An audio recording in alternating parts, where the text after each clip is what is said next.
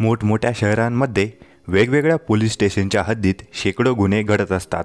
छोट्या मोठ्या चोऱ्यांपासून खून बलात्काराच्या प्रकारापर्यंत अनेक घटनांची नोंद वेगवेगळ्या पोलीस स्टेशनवर होत असते. अशा घटनांना जोडणारा धागा क्वचितच अस्तित्वात असतो. एकाच पद्धतीने एकाच लगबीने झालेल्या गुन्ह्यांची नोंद जेव्हा तर्काद्वारे जोडली जाते तेव्हा त्याला सिरियल क्राईम असे म्हटले जाते.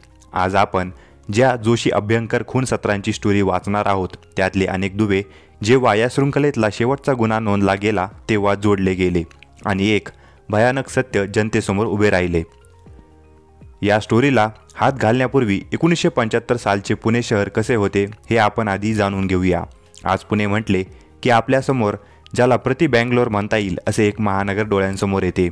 75-76 साली मात्र पुणे म्हणजे उच्चभ्रू रिटायर्ड लोकांचे शहर समजले जायचे. आज आपण ज्याला शहराचा मध्यवर्ती भाग समजतो ते कोथरूड अजून तयार व्हायचे होते. इतकेच कसायला वाणज इंजिनिअरिंगच्या जवळ तेव्हा 3 ते 4 हजारात एक गुंठा जमीन मिळायची.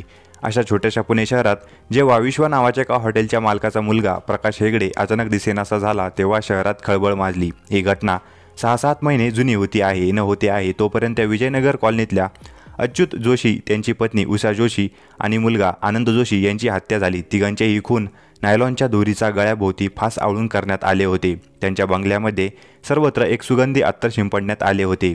पोलिसी कुत्र्यांनी माग काढू नये हा एकच उद्देश या सुगंधी अत्तरापाठी असावा हे स्पष्ट होते. या घटनेनंतर 3-4 महिने जातात न जात तोच भांडारकर रोडवरच्या स्मृती बंगल्यात राहणाऱ्या अभ्यंकर कुटुंबातील 5 जणांचा खून करण्यात आला. यामध्ये वयोवृद्ध काशीनाथ शास्त्री अभ्यंकर, त्यांची इंदिराबाई, नात जाई, नातू धनंजय आणि घरकाम करणाऱ्या सखुबाई वाघ यांचा समावेश होता. जोशी कुटुंबियाप्रमाणेच हे खूनसुद्धा रात्री 10च्याच आधी झाले होते. पुन्हा एकदा सुगंधी द्रव्याचा वापर या घटनास्थळी पण केला गेला होता. थोड्या दिवसाच्या अंतराने घडलेल्या या 8 खुनांनंतर पुणे शहर पूर्ण भयग्रस्त झाले होते. संध्याकाळी 7-7:30ला तुळशीबागेसारख्या गजबजलेल्या बाजारपेठा ओस पडायला लागल्या. भयगंडाने पछाडलेले पुण्याचे नागरिक दिवसा उजेडाच घरी परतायला लागले.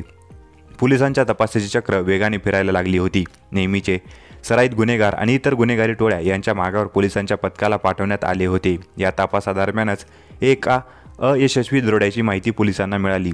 जोशी आणि अभ्यंकर या दरोड्यांच्या मधल्या काळात पुण्यातील बापना कुटुंबावर असाच परंतु अयशस्वी दरोडा पडला होता. लक्षात घ्या, हा गुन्हा पण रात्रीच्या पहिल्याच 3-4 तासातच घडला होता. बापनांचे कुटुंबीय आणि घरातील नोकर यांनी मिळून दरोडेखोरांना परतवून लावले होते. या माहितीतून पोलिसांच्या लक्षात असे आले की रात्रीच्या पहिल्या प्रहारात दारावरची बेल वाजली तर दार उघडणारा बेसावध असतो या गोष्टीचा हे दरोडेखोर वापर करत होते. तरीही तपास कामात गुन्हेगार कोण याचा मागमूस लागत नव्हता. तत्कालीन सहाय्यक आयुक्त मधुसूदन हुल्ल्याळकर आणि पोलीस इन्स्पेक्टर माणिकराव दमामे यांचे शोधकार्य अविरत चालू असतानाच मार्च 1977 रोजी बंड गार्डन येथे नदीच्या पात्रात एक प्रेत तरंगताना आढळले. एका अज्ञात तरुणाला लोखंडी शिडीवर बांधून पाण्यात फेकले गेले होते. या तपासाची माहिती घेताना दमामे यांच्या लक्षात आले की ज्या दोरीने या तरुणाचे प्रेत शिडीवर बांधण्यात आले होते त्या दोरीच्या गाठी आणि जोशी अभ्यंकर यांच्या खुनात बांधलेल्या एका गाठी एकसारख्या आहेत. तपासाची पहिली निर्गाठ इथे सुटली. एक तर्क निश्चित झाला की जोशी अभ्यंकर आणि बंड गार्डनवर सापडलेले प्रेत यामागे एकच गुन्हेगार आहे. पण हा गुन्हेगार कोण याचं उत्तर अजूनही हुल्ल्याळकरांना मिळाले नव्हते. थोड्याच दिवसात हे प्रेत अनिल गोखले नावाच्या एका महाविद्यालयीन विद्यार्थ्याचे आहे अशी ओळख पटली. ओळख पटूनही मूळ प्रश्न कायमच होता की खुनी कोण. सतत घडणाऱ्या या खून सत्रामुळे पुणे पोलिसांवर प्रचंड दबाव निर्माण झाला होता. मधुसूदन हुल्ल्याळकरांनी तपास कामाची दिशा बदलून पुन्हा एकदा सर्व कागदपत्रे आणि वर्तमानपत्राची कात्रणे वाचायचा सपाटा लावला. अशाच एका कात्रणात खुनी कोण या प्रश्नाचे पहिले उत्तर त्यांना दिसायला लागले. हे कात्रण एका छोट्या स्थानिक वर्तमानपत्राचे होते. जेव्हा एकाही मोठ्या वर्तमानपत्रात घटनास्थळावरचे मृत व्यक्तीचे फोटो उपलब्ध नव्हते तेव्हा या छोट्या वृत्तपत्रात मात्र लगेच दुसऱ्या दिवशी प्रेताचे फोटो छापले गेले होते. हे कसे शक्य आहे याचा विचार करताना त्यांनी फोटो खालची क्रेडिट लाईन वाचली. या फोटोचे क्रेडिट राजेंद्र जक्कल नावाच्या व्यक्तीचे होते. त्या वर्तमानपत्राच्या क्राईम रिपोर्टरला चौकशीसाठी बोलावण्यात आल्यानंतर त्याने चोळखण आळीतील एका फोटो स्टुडिओच्या मुलाने हे फोटो दिले असे सांगितले.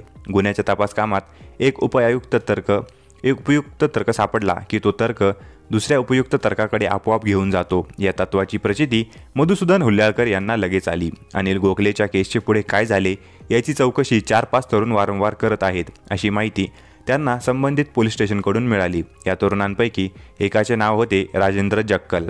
पोलिसांची तपासाची पद्धत थोडी वेगळीच असते।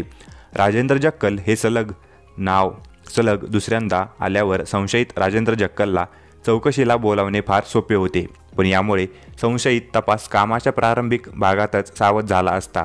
यासाठी त्या 4 तरुणांपैकी जो मानसिकदृष्ट्या कमकुवत वाटत होता अशा सतीश गोरेला पहिल्यांदा माणिकराव दमामे यांनी ताब्यात घेतले। अपेक्षेप्रमाणे तपासाच्या पहिल्या काही तासाच्या बडीमारातच गोरे पोपटासारखं बोलायला लागला। यानंतर जे सत्य पोलिसांच्या पुढे आले त्याने पुण्याचे पोलीस खाते हादरून गेले।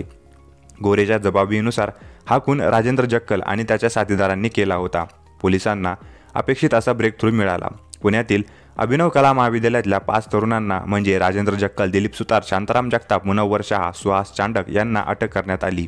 नायलॉनच्या दोरीच्या गाठीनं हे सर्व तरुण अनिल गोखलेच्या खुनाशी जोडले गेले होतेच। पुढचे आव्हान त्याहून कठीण होते की या टोळीचा जोशी अभ्यंकर यांच्या खुनाशी संबंध आहे हे सिद्ध करणे।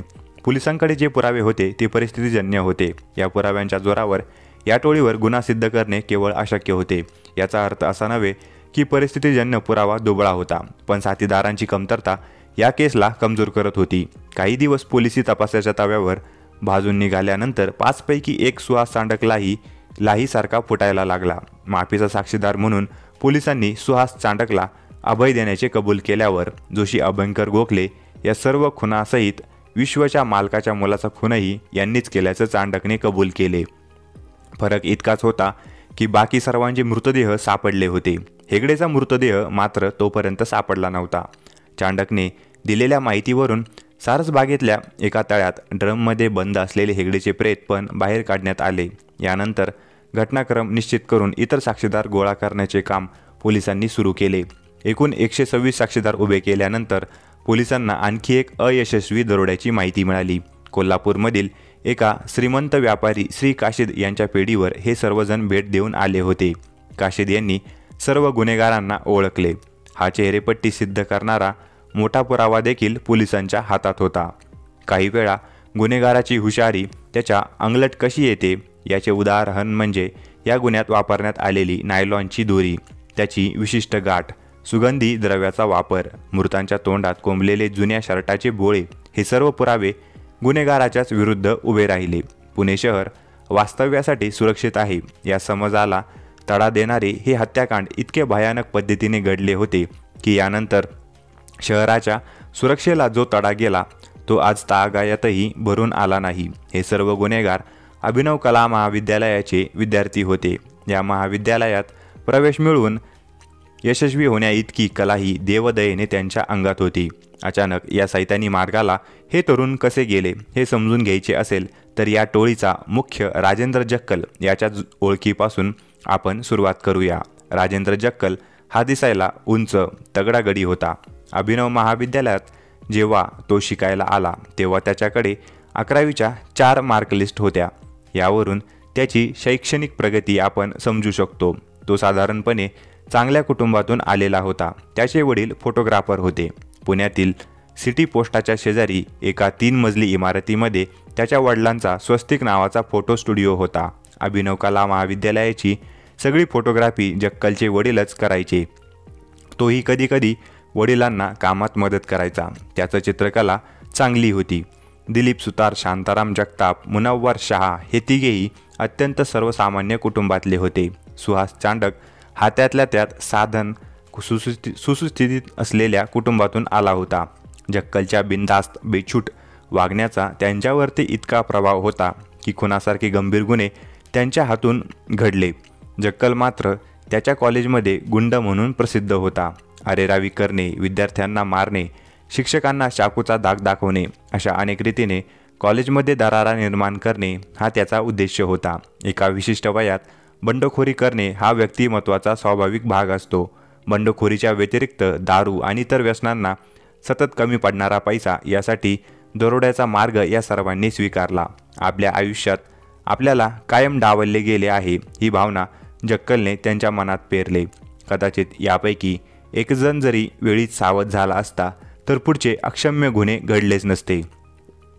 मित्रांनो, तर ही होती आजची कहाणी। तुम्हाला अशाच नवनवीन गोष्टी ऐकायच्या असतील तर आपल्या चॅनलला सबस्क्राईब करा. धन्यवाद.